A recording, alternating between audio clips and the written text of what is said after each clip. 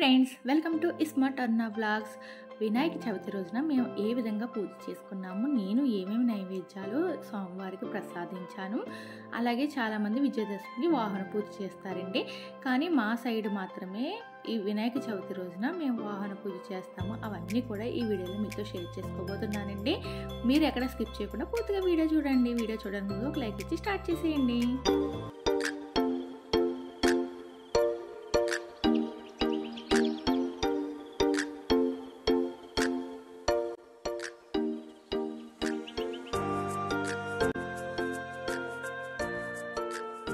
వినాయక చవితి రోజున తెల్లవారుజామున 4కే నిద్రలేచాను. కానీ ఇల్లు తుడిచి నేను స్నానం చేసి వచ్చేసరికి టైం వచ్చేసి 5:15 అయిపోయింది.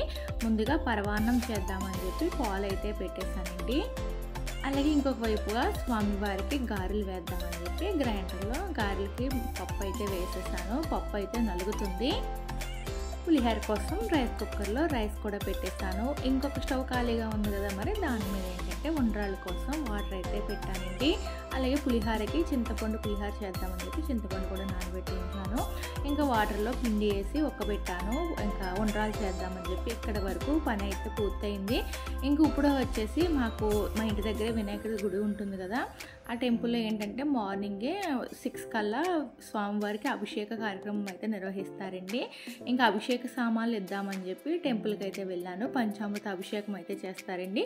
వీళ్ళు వచ్చేసి ఈ సంవత్సరం స్వామివారి విగ్రహం ప్రతిష్ఠిస్తున్నారు. ఇంకా ఈ 5 రోజులు వాళ్ళే పూజలు అయితే చేస్తారండి. ఇంకా స్వామివారి విగ్రహాన్ని అయితే ఇంకా ఇక్కడ పెట్టలేదన్నమాట మండపంలో. ఇంకా ముహూర్తం టైం అయిన తర్వాత ఈ మండపంలోనే స్వామివారి విగ్రహాన్ని ప్రతిష్ఠిస్తారు. ఇక్కడ గోత్రనామాలు చెప్పేసి మళ్ళీ ఇంటికి అయితే వచ్చేసానండి. సామాన్లన్నీ ఇచ్చేసి ఇంక ఇక్కడికి వచ్చిన తర్వాత నేను ఏంటంటే గారెలు అయితే వేస్తున్నాను. నాకు చాలాసార్లు చెప్పే ఉంటాను వీడియోలు గారెలు సరిగ్గా వేయడం రాదని, కానీ ఈసారి వేసేటప్పుడు బాగానే వచ్చింది. నాకు కూడా గారెలు వేయడం వచ్చేసింది. ఇంకా నేను వంటలన్నీ రెడీ చేస్తుంటే ఇంకా మా వారు పిల్లలు ఏంటంటే ఇక్కడ పాలవెల్లిని రెడీ చేస్తున్నారండి. అలాగే మా పిల్లలు ఏంటంటే కింద బండి కారు కడగడానికి అయితే వెళ్ళారు. ఇంకా అవన్నీ కూడా చెప్తానండి వీడియోలో. ఇంకా ఇక్కడ వచ్చేసి పాలవెల్లికి అన్ని రకాల ఫ్రూట్స్ తాడుతో కడతాం కదా, అందుకే మా మేనల్లుడు అయితే అవి అయితే డెకరేషన్ చేస్తున్నారు. ఇక మామిడాకులతో అలంకరించారు. నాకు ఇంక ఇక్కడ వచ్చేసి గారెలు వేయడం పూర్తయింది. తర్వాత బెల్లం కుడుములండి, ఇవి ఆవిరికి ఉడికించాలి కదా అని చెప్పి మళ్ళీ ఇడ్లీ పాత్రలో అయితే పెట్టాను. ఇంకొక వైపు స్వామివారికి సరిపడిన ఉండ్రాళ్ళు చేసేసి ఆ ఉండ్రాళ్ళు కూడా రెడీ చేసేస్తున్నాను.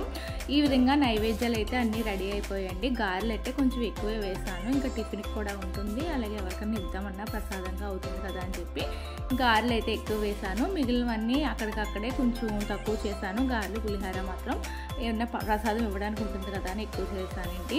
అలాగే మా పిల్లల్ని ఉండ్రాలు చేయమంటే చూడండి, ఉండ్రాళ్ళ పిండితో వినాయకుడినే చేసేసారు. బాగుంది కదా, బుజ్జిగా అనిపోయే బాగా నచ్చింది.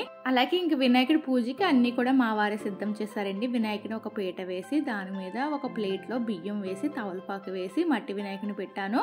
అలాగే పక్కనే పసుపు వినాయకుని కూడా పెట్టాలండి. మనం వినాయకుడి పూజ చేస్తున్నాం కదా, ఇంక పసుపు గణపతి ఎందుకు అని అనుకోకూడదు.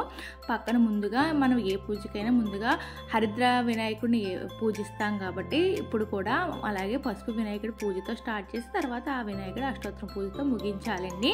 ఈ విధంగా నైవేద్యాలు అన్నీ కూడా సర్దేశాను. అలాగే ఇంకొక ప్లేట్లో ఇంకా పాలవెల్లికి కట్టగా మిగిలిన ఫ్రూట్స్ ఉంటాయి కదా, కొంచెం కట్టడానికి వీలు లేని ఫ్రూట్స్ ఇవన్నీ కూడా నైవేద్యం పెడదామని చెప్పి ఈ విధంగా నేను చేసిన ప్రసాదాలు ఈ ఫ్రూట్స్ అన్నీ కూడా ఒక ప్లేట్లో అయితే సర్దేశాను.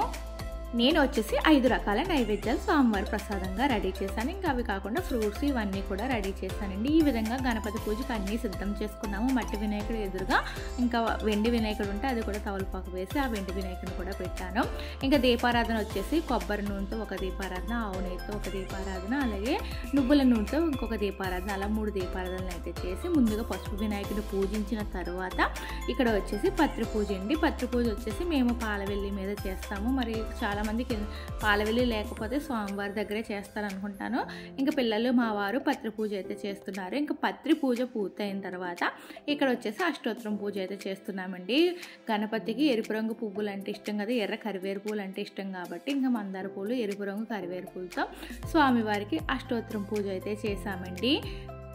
అలాగే పిల్లలు వచ్చేసి గరికతో స్వామివారిని అయితే పూజించారు. స్వామివారికి గరిక అంటే చాలా ఇష్టం కాబట్టి అలాగే పిల్లలు కూడా గరికతో పూజ అయితే చేశారండి. అలాగే స్వామివారి మెడలో నేనైతే తెల్ల జిల్లేడు పూలు మాల అయితే గుచ్చి వేశాను. స్వామివారికి తెల్ల జిల్లేడు పూలు అంటే చాలా ఇష్టం కాబట్టి ఇంకా అష్టోత్తరం పూజ అయిన తర్వాత ధూపం అయితే ఇస్తున్నామండి. ధూపం చూపించిన తర్వాత మేము పెట్టిన నైవేద్యాలన్నీ కూడా స్వామివారికి చూపించేసి స్వామివారికి హారతి అయితే ఇచ్చాము. ఇంకా పూజ అంతా ఏ విధంగా చేసుకున్నాం అనేది చూపించలేదు, కానీ షార్ట్గా మీకు అన్నీ కూడా వివరించి చెప్పానని అనుకుంటున్నానండి. తప్పకుండా వినాయకుడి పూజ చేసుకున్నప్పుడు పసుపు గణపతిని పూజించడం మాత్రం మర్చిపోకండి. ఏ పూజకైనా ముందు పసుపు గణపతినే పూజించాలి. పసుపు గణపతిని పూజించిన తర్వాతే మనం ఈ మట్టి గణపతిని పూజించాలండి. ఈ విధంగా పాల వెల్లినైతే నేను మొబైల్ కింద పెట్టి ఏ విధంగా ఉందని చెప్పి వీడియో అయితే తీస్తున్నానండి. చాలామంది కలువ పూలకి తామర పూలకి తేడా తెలియదు కదా. వినాయకుడి చవితికి అయితే కలువ పువ్వులతో పూజించాలండి. ఇదే కలువ పువ్వు అండి. తామర పువ్వు వచ్చేసి నేను వరలక్ష్మి వ్రతానికి చూపించాను కదా తామర పువ్వు ఏ విధంగా ఉంటుంది అని. ఈ వినాయకుడి చవితికి మాత్రం మేమైతే కలువ పూలే తీసుకొస్తాము. ఇలా పాలవెల్లికి డెకరేట్ చేస్తాము. అలాగే స్వామివారి దగ్గర కూడా కలువ పూలే పెడతామండి. ఇంట్లో పూజ పూర్తయిన తర్వాత ఇప్పుడు నేనైతే కొన్ని నైవేద్యాలు ఒక ప్లేట్లో పెట్టుకొని తీసుకుని వెళ్తున్నాను. ఎందుకు అనేది చూపిస్తున్నాను చూడండి. ఇంకా మా పిల్లలైతే ఈ బైక్లు కార్లు అన్నీ కూడా కడిగారనమాట. శుభ్రం కడిగిన తర్వాత వాటి టైర్లకి కానీ ఇలా వాహనాలకు కానీ అన్నిటికీ బొట్టులు పెట్టాలండి. బొట్టులు పెట్టిన తర్వాత మనం ఏదైనా నైవేద్యం అంటే ఇంట్లో చేస్తుంది ఉంటుంది కదా, పరవాన్నం కానీ ఉండ్రాలు కానీ, ఆ నైవేద్యాలు ఆ వాహనానికి పెట్టి ఇలా ధూపం అయితే వేయాలండి.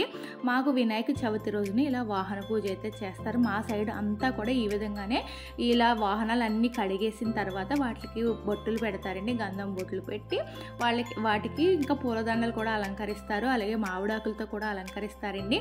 మేమైతే పూలదండ వేయలేదు. ఇంకా మామిడాకులు ఉంటే అవే పెట్టేసి, పువ్వులు ఉంటే మా పిల్లలు ఆ విధంగా కారు మీద అయితే పువ్వులు పెట్టారనమాట.